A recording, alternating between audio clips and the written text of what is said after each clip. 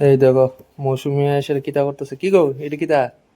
ওই ইনভার্টারটা জানছি দেখতেছি যে কবে খুলে হইব।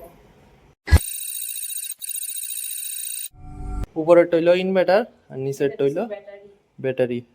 আমরা মেলা করার লিগে খুবই প্রয়োজন। হ্যাঁ, যে কারেন্ট যা সাধারণ বাতাসে কারেন্ট যা ওখানে তো কত বলতে আছে। এখন লোডশেডিং আজকে হইতেছে। কানা হইছে আর 2 দিনের ভিতরে তার কানেকশন লাগানো হইলে একবার সেট হয়ে যাবে। কালকে ওই কানেকশনটা লাগানোই হইব, লাগানোর সময় দেখামো আমরা টোটাল যে সেটা খরচ হয়েছে 25,000 টাকা। হ্যাঁ, 25,000 সামথিং পড়ছে।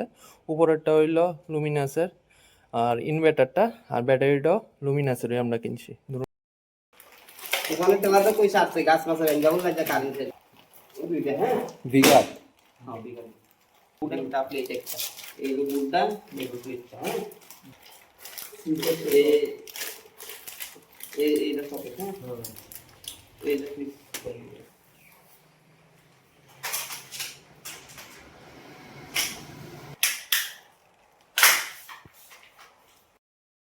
ইনভার্টারের কানেকশনটা শুরু হয়েছে এই বোর্ডের থেকে, এই বোর্ডের থেকে হয়ে সেটা এদিকে গেছে, এদিকে দেয় সেটা ওখানে এদিকে যাইব, তারপর নিচে নামে এই বোর্ডও উঠবো, এই বোর্ডের থেকে দেব।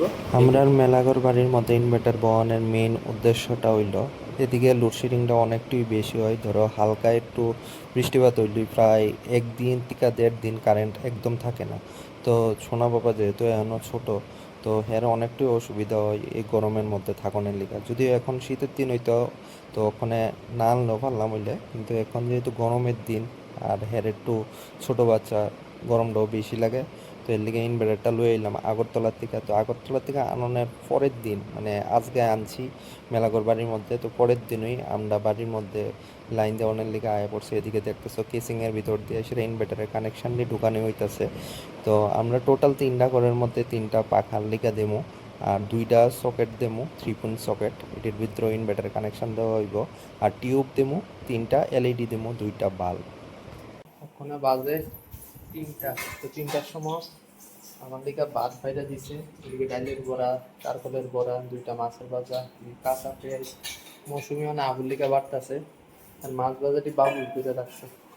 চলো খাইয়া লই, ক্ষুধা লাগবে। তো গাইস আমরা মেইন ঘরের থেকে লাইনটা বাই করে সেটা এই সিঁড়িগুড়াটা আছে, সিঁড়িগুড়ার মধ্যে কেসিং লাগানো হইতাছে। এই জায়গাটার মধ্যে আমরা রাখবো ইনভার্টারটা। আর এদিকে দেখতে পাচ্ছ রান্নাঘরের লগে একটা বোর্ড বসাইতাছি। তো ইন ফিউচার এটার মধ্যে একটা বাইফ্লক করুন। তো ভাবছিলাম এদিকে ইনভার্টার রাখুন, কিন্তু বাইফ্লক করলে ইনভার্টারটার মধ্যে জল পড়ানোরও চান্সেস আছে, যেই কারণে এদিক থেকে ইনভার্টারটা আমরা চেঞ্জ করে সেটা সিঁড়িগুড়ার মধ্যে লয়ে পড়ছি। তো ওখানে কেসিং লাগানো হয়ে গেছে গা। আর দেখো ব্যাটারিটা গাইজ প্রচণ্ডই ভার, মানে 62 কেজি, আর ইনভার্টারটা হইলো 7.5 কেজি ওজনের। তো টান দিয়ে ব্যাটারি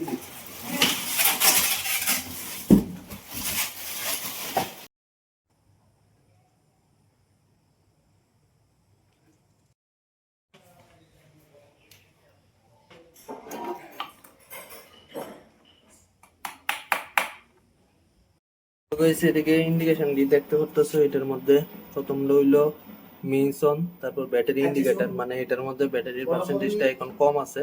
চার্জ দিতেছে, ইকো মোড আছে, ইউপিএস মোড আছে, আর এরপর হইলো ওয়ার্নিং মোড। এদিকে ব্যাটারি কানেকশন দেওয়া হয়েছে।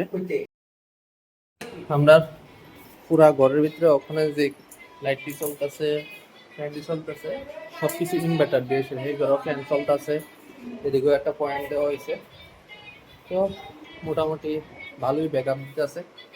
আর কারেন্ট যে নাই, মানে মেইন লাইন যে কাটেন না, এটা একদমই বোঝা যাইতেছে না। ইনভার্টারের পাওয়ার একদম ঠিক আছে।